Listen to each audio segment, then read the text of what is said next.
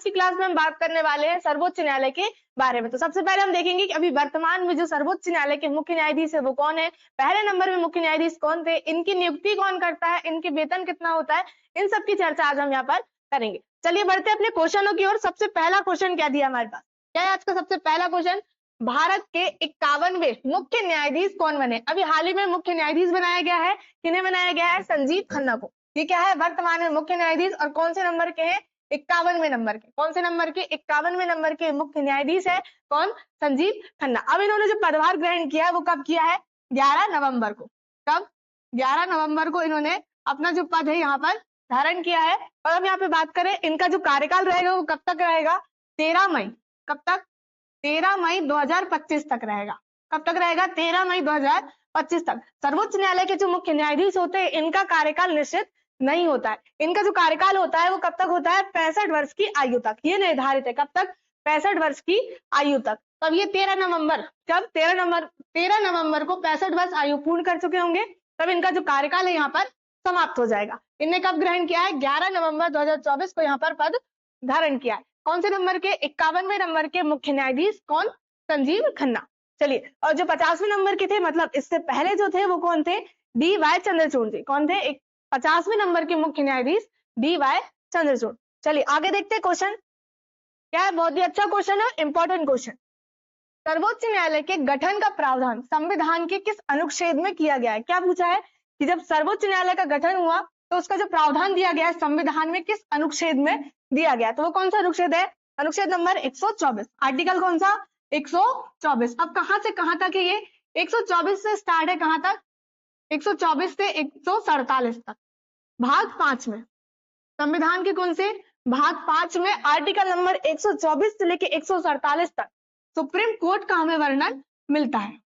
कहां से, 124 से लेके 147 तक। इंपॉर्टेंट है, आर्टिकल से क्वेश्चन पूछ लिया जाता है। हम यहाँ पे देखिए संविधान के किस अनुच्छेद में सर्वोच्च न्यायालय के गठन की बात की गई है, तो गठन की बात सीधे कहाँ की गई है, 124 में, कि देश का एक क्या होगा, सर्वोच्च न्यायालय होगा। अब हम यहाँ पे बात करें किसकी, जब हमारा संविधान बना, तो संविधान कब बना था, 26 नवंबर को संविधान बना, और लागू कब हुआ, 26 जनवरी को। 26 जनवरी 1950 को क्या हुआ ये लागू, और 26 नवंबर 1949 को क्या हुआ ये बनकर तैयार। जब संविधान हमारा क्या हो गया, लागू हो गया, तो उसके बाद हुई हमारा क्या, सर्वोच्च न्यायालय का उद्घाटन। तब 28 जनवरी को, डेट याद रखिएगा कब, 28 जनवरी 1950 को क्या हुआ, सर्वोच्च न्यायालय का गठन हुआ, या हम कहे क्या हुआ, इसकी स्थापना। इससे पहले जो था सर्वोच्च न्यायालय वो कहाँ था, कहां तक, कलकत्ता में। सर्वोच्च न्यायालय 28 जनवरी 1950 से अंग्रेजों के द्वारा बनाया गया था। जब रेगुलेटिंग एक्ट आया था 1773, उसके बाद से जो सर्वोच्च न्यायालय स्थापित किया गया तो वो कहा गया था, कहां पर, कलकत्ता सर्वोच्च न्यायालय। जब हमारा भारत का जो बना वो कब बना है, 28 जनवरी 1950 को बना सर्वोच्च न्यायालय। कहां पर है ये, दिल्ली। कहां पर, भारत की राजधानी कहां पर, दिल्ली में है। डेट याद रखिएगा 28 जनवरी 1950 को। चलिए आर्टिकल भी याद रखिएगा, कहां तक, 124 से 147 तक। आगे क्वेश्चन देखते हैं क्या है, भारत के पहले मुख्य न्यायाधीश कौन थे। जब हमारा संविधान लागू हुआ, उसके बाद जब सर्वोच्च न्यायालय की स्थापना हुई 28 जनवरी, डेट याद रखिएगा 28 जनवरी 1950। तब 28 जनवरी 1950 को, तब उस समय पहले जो मुख्य न्यायाधीश बने थे तो वो कौन थे, एच.जे. कानिया। क्या नाम है उनका, एच.जे. कानिया या हीरालाल जे कानिया, हीरालाल जे कानिया पहले व्यक्ति है, मुख्य इंपॉर्टेंट है, आप लोग बिल्कुल याद रखिएगा। यहाँ पे भारत के पहले मुख्य न्यायाधीश कौन बने थे, हीरालाल जे कानिया। अभी वर्तमान में कौन है, संजीव खन्ना। चलिए आगे बढ़ते हैं, क्या है अगला क्वेश्चन, भारत के 50वें मुख्य न्यायाधीश कौन थे, तो वो कौन थे, डी.वाई. चंद्रचूड़ जी। कौन थे, डी.वाई. चंद्रचूड़ 50वें नंबर के क्या थे, मुख्य न्यायाधीश। वर्तमान में संजीव खन्ना 51वें नंबर। चलिए क्या है अगला क्वेश्चन, भारतीय संविधान की व्याख्या करने का मुख्य अधिकार किसके पास। क्या बोला है, भारतीय संविधान की जो व्याख्या करेगा, किसकी, कॉन्स्टिट्यूशन ऑफ इंडिया की जो व्याख्या करता है या परिभाषा देता है तो वो कौन देता है, सर्वोच्च न्यायालय। सर्वोच्च न्यायालय क्या करता है, हमारे जो संविधान है उसकी व्याख्या करता है। उसके अधिकार किसके पास दिया गया है, सर्वोच्च न्यायालय के पास।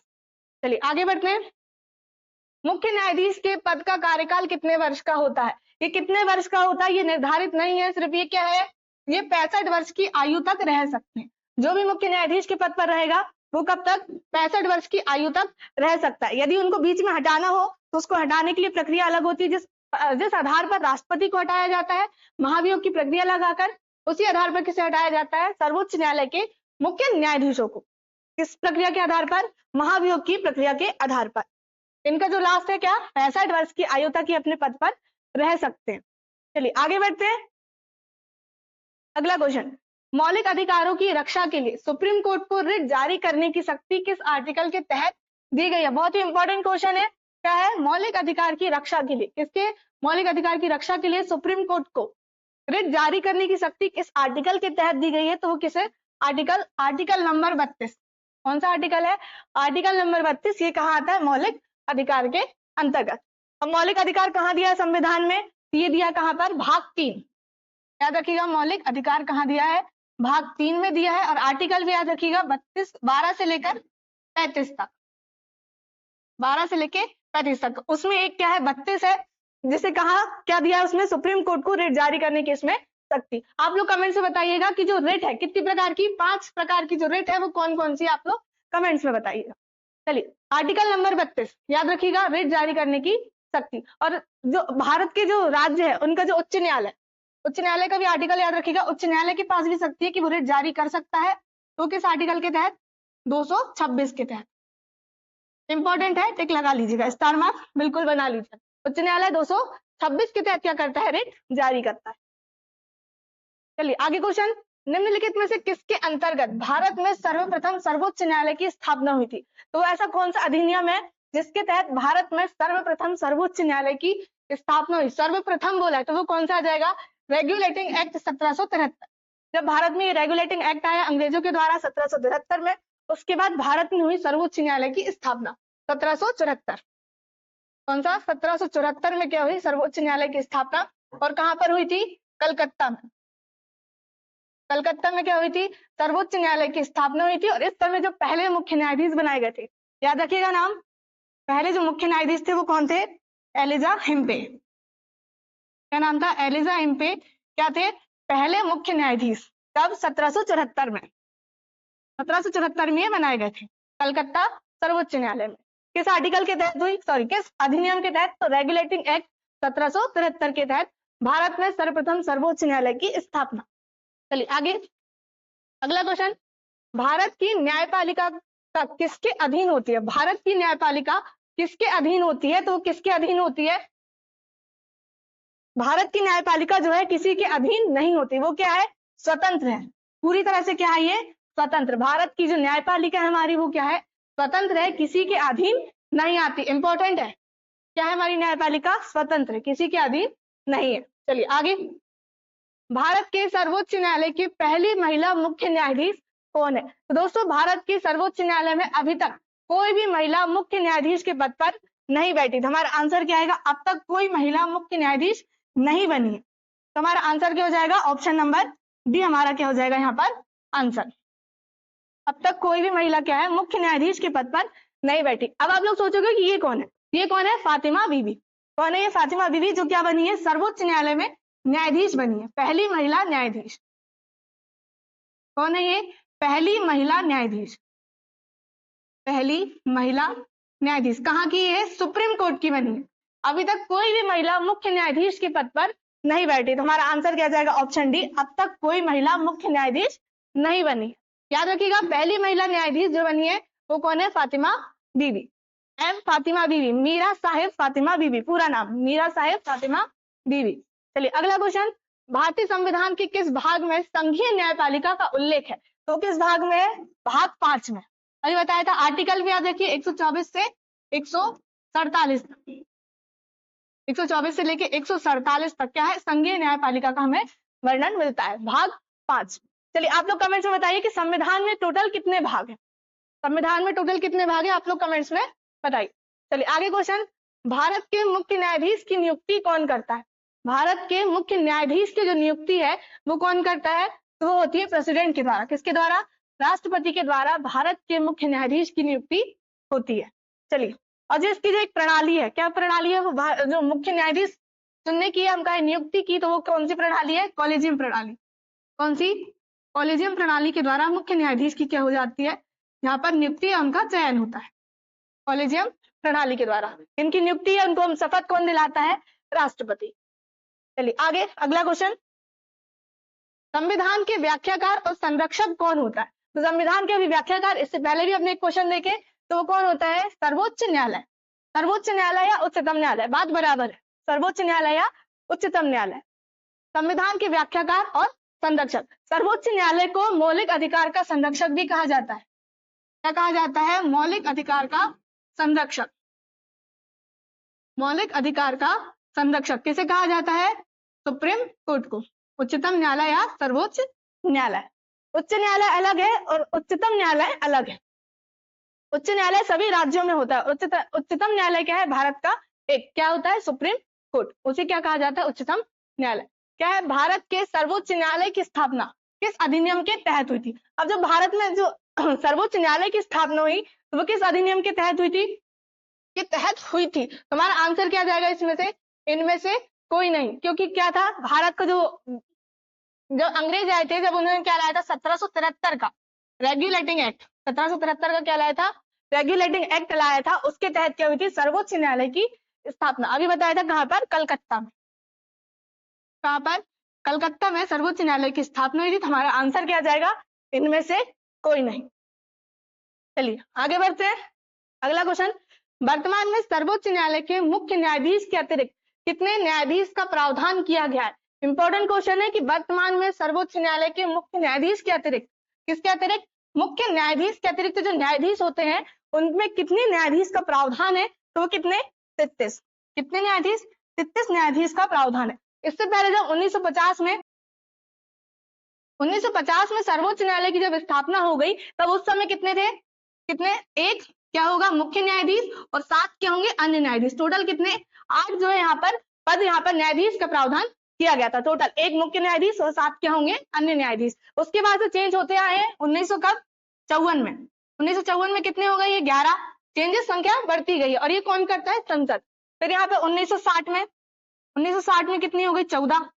फिर यहाँ 1976 में कितनी हो गई? सॉरी 1978 में संख्या कितनी हो गई? 18। 1986 में संख्या हो गई 26। उसके बाद कब हुआ? 2009। सीधे कब? 2009 में संख्या हो गई 31 बढ़कर, और फिर 2019 लास्ट जब चेंज हुई थी तब क्या हो गया? 34। कि एक क्या होगा इसमें? मुख्य न्यायाधीश और 33 क्या होंगे? अन्य न्यायाधीश सुप्रीम कोर्ट में। ये आप लोग ये संख्या याद रखिएगा। 2019 में 34, लास्ट टाइम जब संशोधन हुआ 2009 में 31, 1986 में 26, 1978 में 18, 1960 में 14, 1954 में 11 और जब 1950 स्टार्टिंग का याद रखिएगा, 1950 में कितने थे? एक मुख्य न्यायाधीश के अलावा 7 अन्य न्यायाधीश। टोटल कितने? 8। चलिए आगे बढ़ते हैं, और ये संख्या जो बढ़ाई जाती है संसद के द्वारा बढ़ाई जाती है। चलिए आगे क्वेश्चन, सर्वोच्च न्यायालय के अन्य न्यायाधीश की नियुक्ति कौन करता है? ये अन्य न्यायाधीश की नियुक्ति भी कौन करता है? ये करता है राष्ट्रपति। और किसकी सलाह पर? मुख्य न्यायाधीश की सलाह पर अन्य न्यायाधीश की नियुक्ति किया जाता है। किसके द्वारा? राष्ट्रपति के द्वारा। इनको शपथ भी राष्ट्रपति ही दिलाते हैं। आगे, सर्वोच्च न्यायालय के मुख्य न्यायाधीशों की संख्या में वृद्धि करने की शक्ति किसके पास है? तो ये किसके पास है? संसद के पास। संसद क्या कर सकता है? सर्वोच्च न्यायालय के न्यायाधीश में वृद्धि कर सकता है, न्यायाधीश की संख्या में। चलिए आगे अगला, सर्वोच्च न्यायालय के अन्य न्यायाधीश की नियुक्ति किसके परामर्श पर होती है? ये किसके परामर्श पर होती है? सर्वोच्च न्यायालय के मुख्य न्यायाधीश के परामर्श पर। कौन करता है? राष्ट्रपति। किसकी नियुक्ति? अन्य जो न्यायाधीश होते हैं उनकी नियुक्ति। अन्य कितने? एक मुख्य न्यायाधीश अभी वर्तमान में, तो 33 अन्य न्यायाधीश। 33 क्या होगा? अन्य न्यायाधीश। इनकी नियुक्ति कौन करता है? राष्ट्रपति। किसकी सलाह पर? सर्वोच्च न्यायालय के मुख्य न्यायाधीश के परामर्श पर या सलाह पर। चलिए आगे बढ़ते हैं, सर्वोच्च न्यायालय में न्यायाधीशों की नियुक्ति किस देश की न्याय प्रणाली से प्रेरित है? इंपॉर्टेंट क्वेश्चन है दोस्तों कि सर्वोच्च न्यायालय में न्यायाधीश की जो नियुक्ति है इसको किस देश के संविधान से लिया गया है या किस देश की न्याय प्रणाली से प्रेरित है? ये कहां से है? संयुक्त राज्य America, USA, United state of America या संयुक्त राज्य अमेरिका। क्या लिया गया है यहाँ से? सर्वोच्च न्यायालय में न्यायाधीश की नियुक्ति किस देश की न्याय प्रणाली से प्रेरित है? ये कहां से है? संयुक्त राज्य अमेरिका से। चलिए आगे अगला क्वेश्चन, सर्वोच्च न्यायालय के मुख्य न्यायाधीश को प्रतिमाह कितना वेतन मिलता है? ये कितना मिलता है? 2,80,000। क्या मिलता है, ये प्रति माह वेतन है इनका। कितना, 2,80,000। और ये कहाँ से मिलता है, भारत की संचित निधि। याद रखिएगा, पूछ सकता है कि जो भारत के न्यायाधीश है, मुख्य न्यायाधीश, इनको वेतन कहाँ से मिलता है, तो भारत के कहाँ से, संचित निधि से। कहाँ से, भारत की संचित निधि से। कितना वेतन मिलता है इनको प्रति माह, 2,80,000। चलिए आगे बढ़ते हैं। अगला क्वेश्चन हमारे पास क्या है, राष्ट्रपति और उपराष्ट्रपति की अनुपस्थिति में राष्ट्रपति के कार्यवाहन का निर्वहन कौन करता है। कि राष्ट्रपति के कार्यों का निर्वहन कौन करता है, ये करता है सर्वोच्च न्यायालय का मुख्य न्यायाधीश। यदि राष्ट्रपति और उपराष्ट्रपति अपने पद पर अनुपस्थित है तो उनकी जगह में कौन, सुप्रीम कोर्ट का जो मुख्य न्यायाधीश होगा वो क्या रहेगा, पद यहाँ पर ग्रहण करेगा और उनके कार्यों का क्या करेगा, निर्वहन। चलिए आगे अगला क्वेश्चन, सबसे लंबे समय तक सर्वोच्च न्यायालय के मुख्य न्यायाधीश कौन रहे। बहुत ही इंपॉर्टेंट है दोस्तों, सबसे लंबे समय तक क्या पूछा है, सबसे लंबे समय तक अपने पद पर रहने वाले जो सर्वोच्च न्यायालय के मुख्य न्यायाधीश है तो वो कौन है, जस्टिस वाई.वी. चंद्रचूड़। कौन है, जस्टिस वाई.वी. चंद्रचूड़, यशवंत विष्णु चंद्रचूड़। क्या नाम है इनका पूरा, यशवंत विष्णु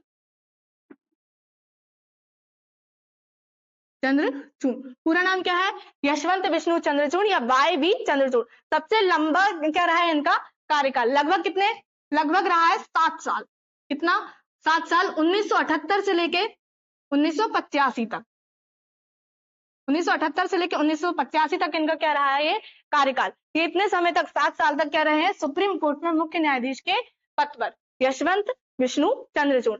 अभी इन्हीं के बेटे जो 50वें नंबर के मुख्य न्यायाधीश बने थे, डी.वाई. चंद्रचूड़, ये उन्हीं के क्या है, पिता, यशवंत विष्णु चंद्रचूड़। आगे क्वेश्चन, सर्वोच्च न्यायालय के मुख्य न्यायाधीश के पद पर सबसे कम समय तक कौन आसीन रहा है। सबसे इंपॉर्टेंट क्वेश्चन है कि सबसे कम समय तक न्यायाधीश के पद पर रहे हैं तो वो कौन से व्यक्ति है, तो वो कौन है, जस्टिस कमल नारायण सिंह। कौन है, जस्टिस कमल नारायण सिंह। ये भी याद रखिएगा, कितने दिन के लिए, मात्र 17 दिन। कितने, 17 दिन के लिए क्या रहे हैं न्यायाधीश के पद पर। कितने दिन, 17 दिन। डेट भी याद रखिएगा, कब तक, 21 नवंबर 1991। 21 नवंबर 1991 से लेके 12 दिसंबर तक, 12 दिसंबर 1991 तक।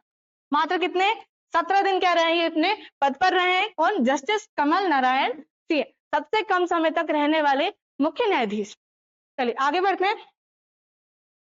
क्या दिया अगला क्वेश्चन, निम्नलिखित में से भारत के किस मुख्य न्यायाधीश ने राष्ट्रपति के रूप में काम किया है। इंपॉर्टेंट है दोस्तों, ऐसा कौन सा मुख्य न्यायाधीश है जिनने राष्ट्रपति के रूप में भी काम किया है, तो कौन से व्यक्ति है, जस्टिस एम हिदायत उल्ला।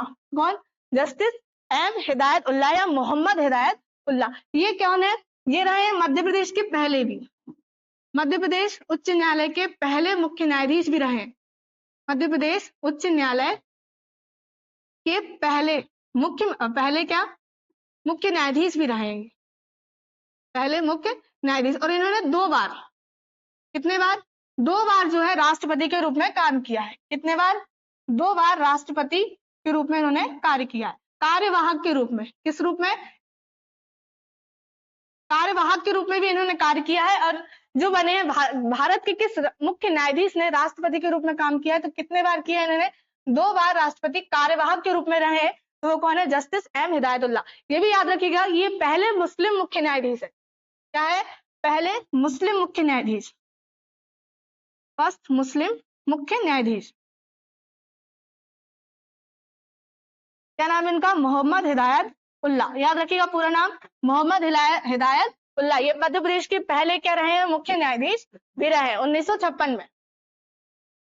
चलिए आगे बढ़ते हैं। अगला क्वेश्चन हमारे पास क्या है, सर्वोच्च न्यायालय की आधिकारिक भाषा क्या है। अब जो सर्वोच्च न्यायालय में जैसे कोई भी केस आया तो वो उसकी आधिकारिक जो भाषा होती है वो कौन सी है, वहां पर अंग्रेजी। कौन सी है, इंग्लिश जो है वहां की क्या है, आधिकारिक भाषा। अभी तक इसमें कोई भी संशोधन नहीं हुआ। यदि संशोधन होगा तो कौन करेगा, संसद करेगी। अभी उसकी जो आधिकारिक भाषा है वो कौन सी भाषा है, अंग्रेजी। याद रखिएगा कौन सी भाषा है, अंग्रेजी जो है सर्वोच्च न्यायालय की आधिकारिक भाषा है। अभी तक इसमें कोई चेंजेस नहीं हुआ है। ये थे आज के हमारे इंपॉर्टेंट क्वेश्चन। यदि आप चैनल में न्यू है तो चैनल को सब्सक्राइब कर लें और बेल आइकन जरूर दबाएं, जिससे आने वाली वीडियो की नोटिफिकेशन आपको मिलती रहे। और आप लोग कमेंट्स में जरूर बताएं कि आपको क्लासेस कैसी लग रही है और आप अन्य और जो कौन से वीडियोस चाहिए, आपको किस टॉपिक पे वीडियो चाहिए, आप लोग कमेंट्स में जरूर बताइए।